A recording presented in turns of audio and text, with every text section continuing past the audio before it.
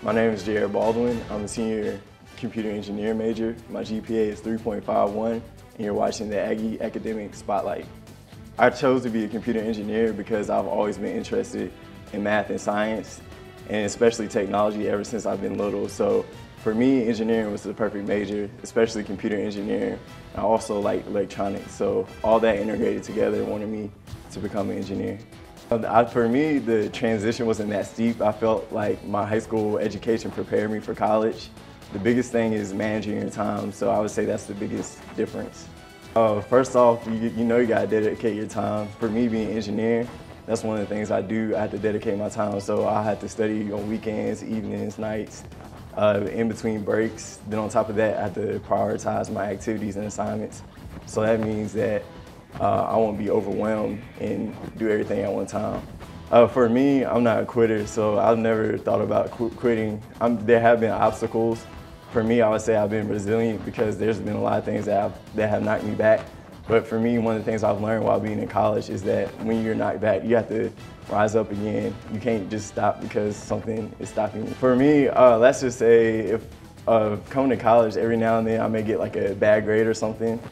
So one of the things I have to do is know that I have to study harder for the next test and not let it get me down. So I would say that I don't let it try to knock my joy or anything like that. I still got to keep on striving and working hard. The hardest class that I've been in since college would have to be electronics and circuits, and those were pretty much the hardest classes I've been in. I think it was hard because it was like a new level of intensity for my major, so I would say those are two really intense courses that a lot of students struggle in, and I struggled in it a little bit, but in the end it turned out to be fine. Right now, I'm looking to enter the workforce, so that's really where I'm headed, my direction right now.